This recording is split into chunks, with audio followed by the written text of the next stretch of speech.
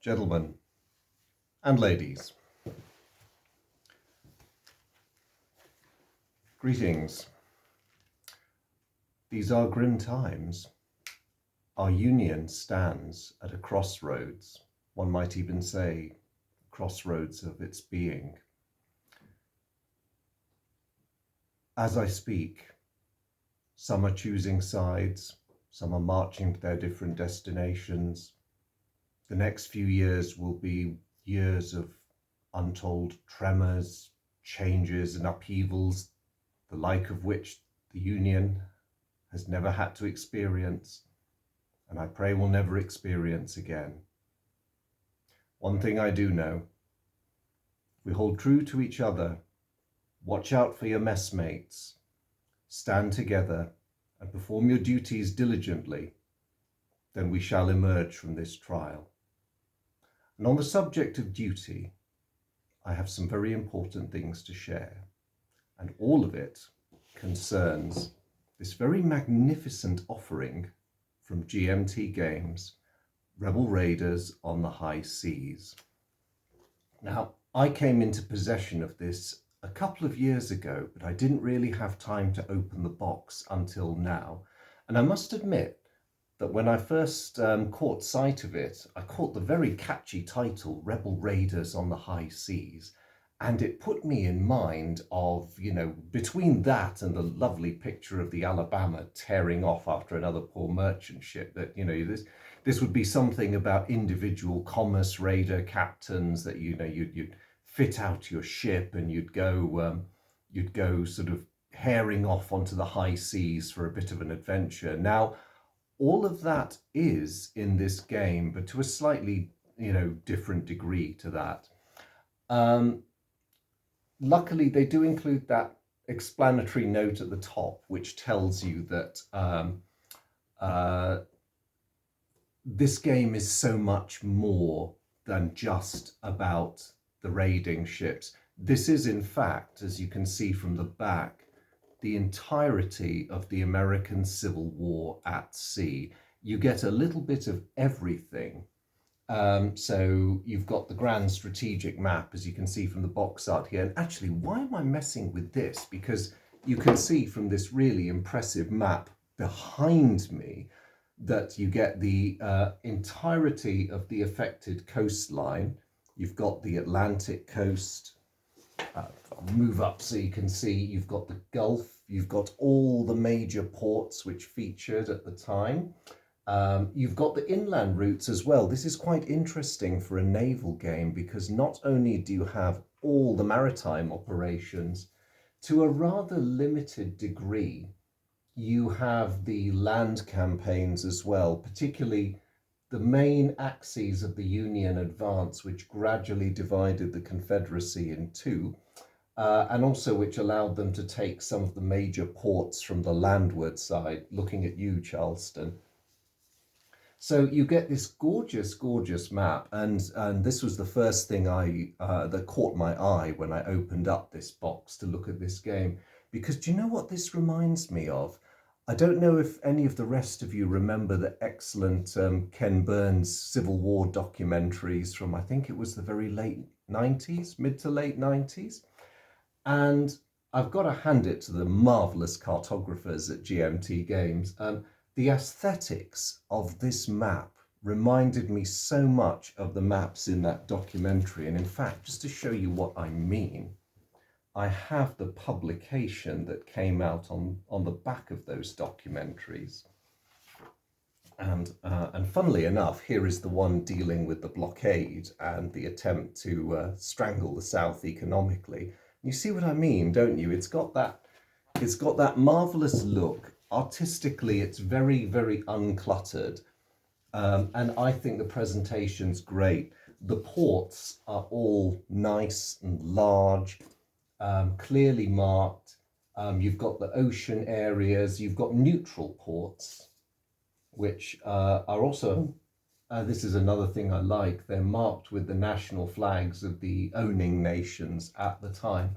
Rather charmingly, when you get over to these boxes denoting European ports for Confederate blockade runners, reference is made to France and England. Now, England actually is probably quite right, because in this period it was very fashionable to refer to Britain as England. I don't know if that was a tacit acknowledgement of where the real power base was, but there we go. I thought that was a really nice touch.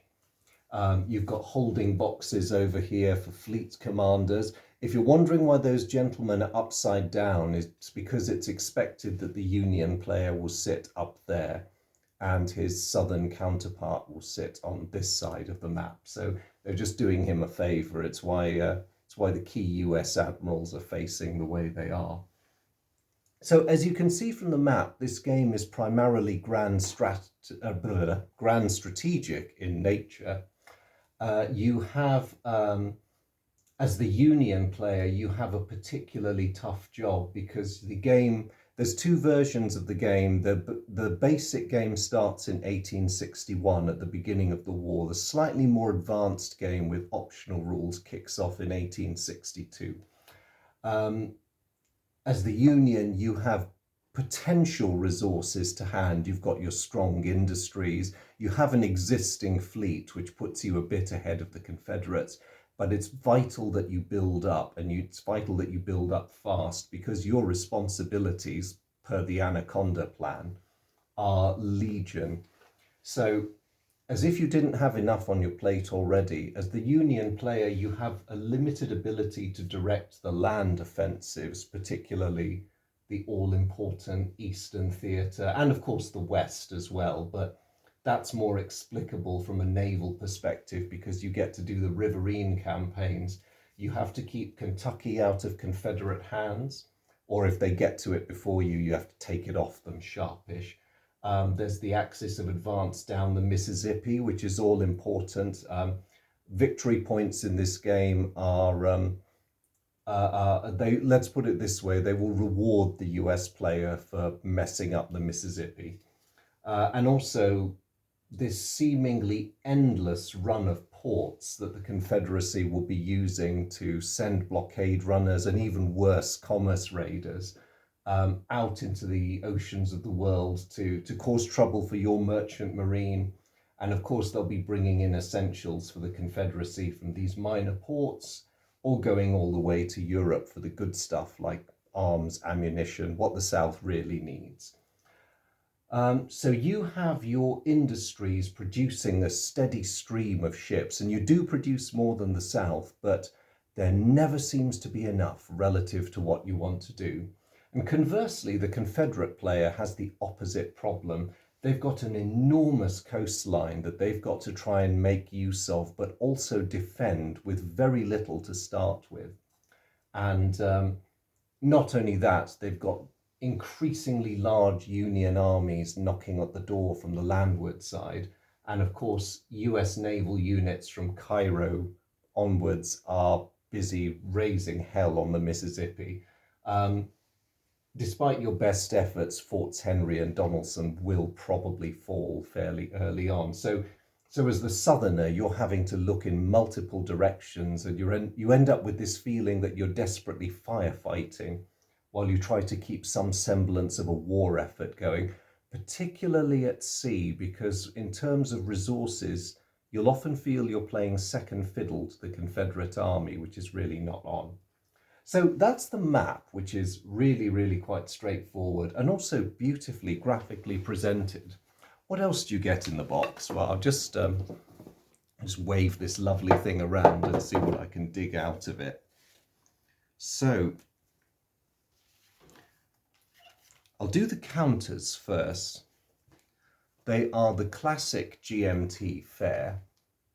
Various shapes and sizes, but I like this because it makes them quite distinctive. And as my eyesight gets a bit dodgier as I get older, it's nice to have different shaped counters that I can easily discern from a distance. You can see the gaps where I've been punching them out in an attempt to learn the game. I started doing that this week.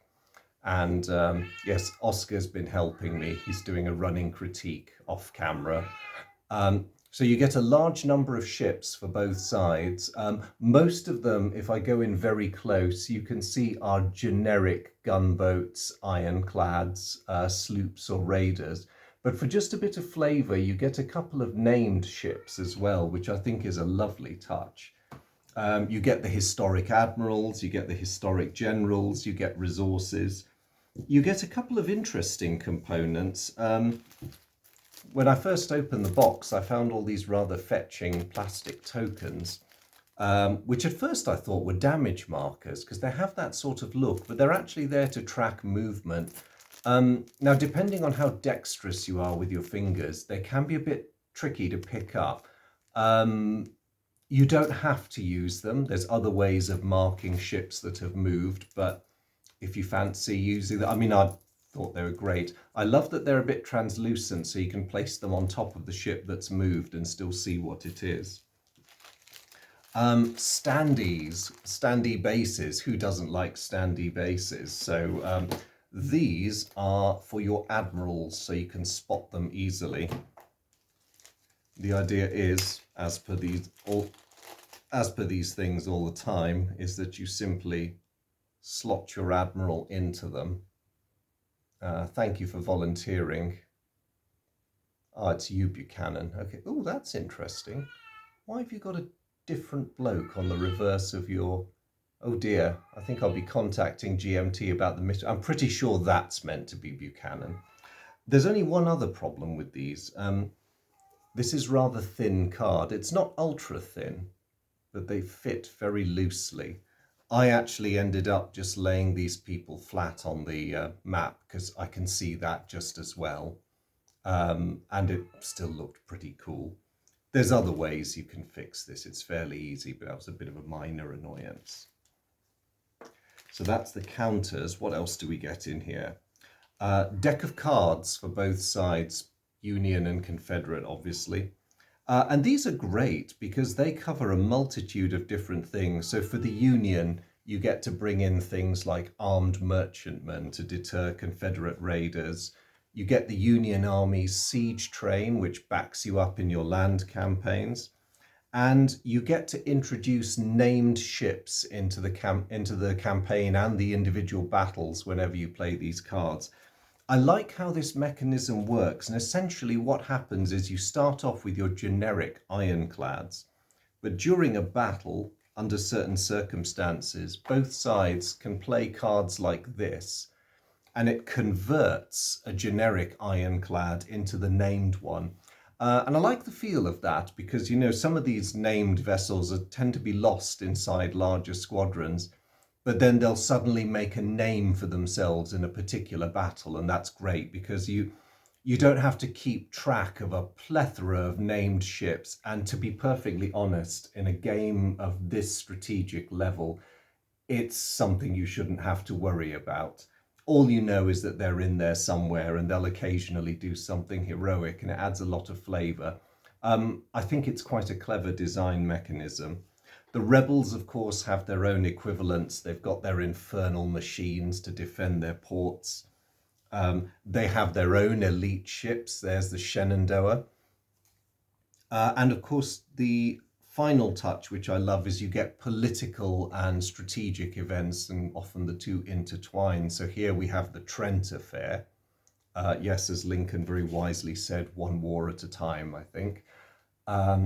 So yeah, 2 decks of cards, plenty of events, and actually a lot of replayability, because in the context of individual games, as far as I can tell so far, you'll never get through all the events in your decks. So lots of replayability. Some of the cards require the decks to be shuffled after they're played, so you will get some of your ships cycling back. You'll get some events presenting themselves again. It keeps it very, very interesting. Nice chunky dice, and it's come in blue and grey. Definitely approved. Rulebook. Pleasingly thin rulebook. The rules themselves only run into about 21, 22 pages, and that's the basic game rules. So you can absorb these fairly quickly and be playing off the bat. Handily, they've got a quick reference table on the back of the rule book, although I'm not quite sure why they did that, whether it was just to fill space. And the reason I say that is because you also have 2 player aid cards, which very handily have the essentials of the turn order and rules that you're most likely to need to know. And then it's got the same thing again on the back. So that's a bit superfluous. Now, having tried to play a short learning game already, these were extremely useful, but there are inevitably some details that aren't covered on them, particularly building phases where you construct new ships and you work out your logistics. There's some niggly little rules to remember that I rather wish had been printed on the back of the rule book instead of yet another copy of this. It would have just been a bit handier because I was finding that I had to flick. But you know, other than that, beautifully illustrated rules. Lots of examples of play, some of them quite detailed, explaining the concepts.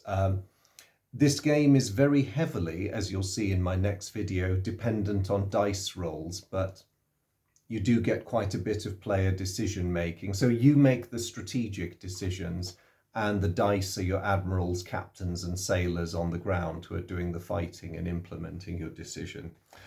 Just in case you're wondering, although the cards play an important part in the game, this is not a card-driven game in the sense that the cards are not used for operational movement. Ships have their own movement capabilities.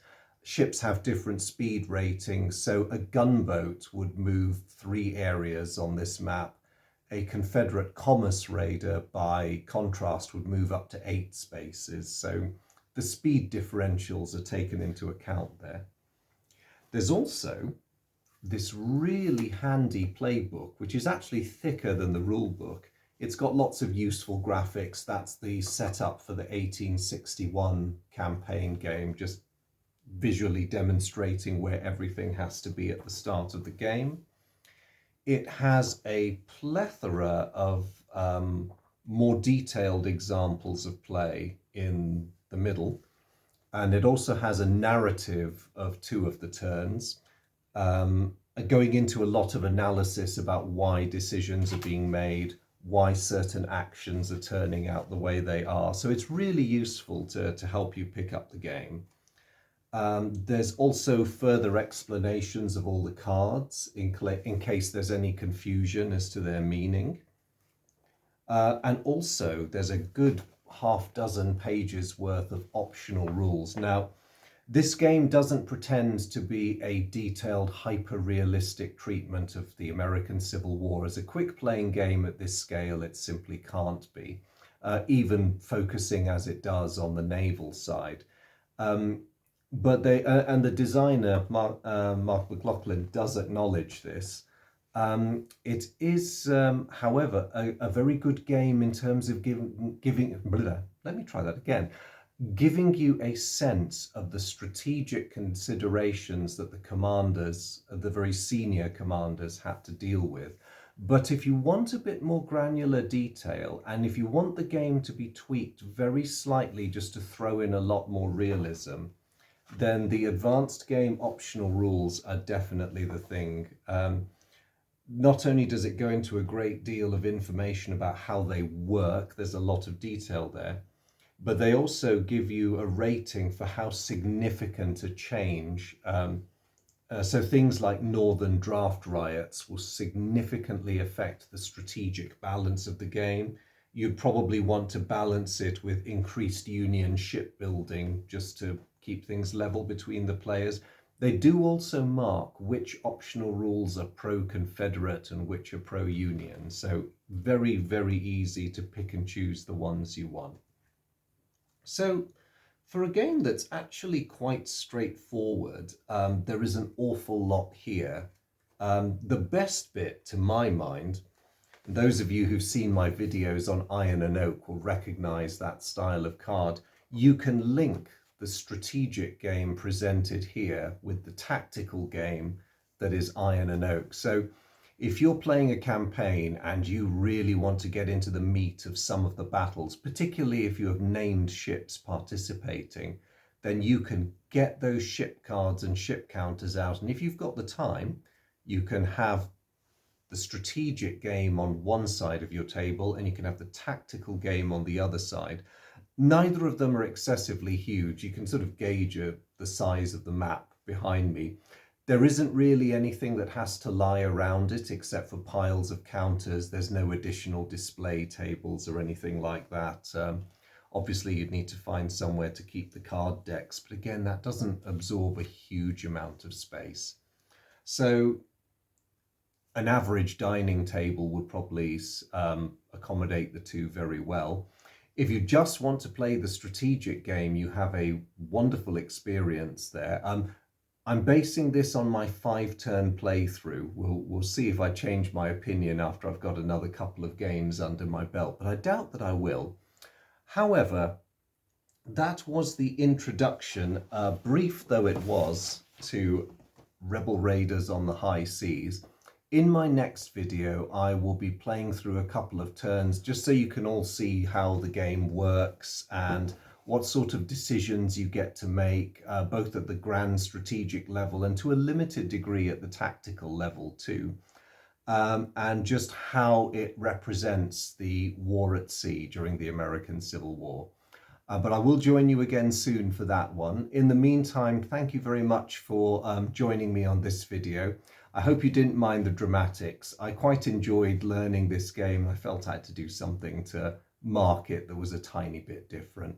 So yes, I will look forward to seeing you all again if you'd like to join me when I do my brief demonstration playthrough. But as always, thank you very much for joining me on this one. Appreciate your company as always. To your stations, man those guns. God go with you and the best of luck. See you all on the other side.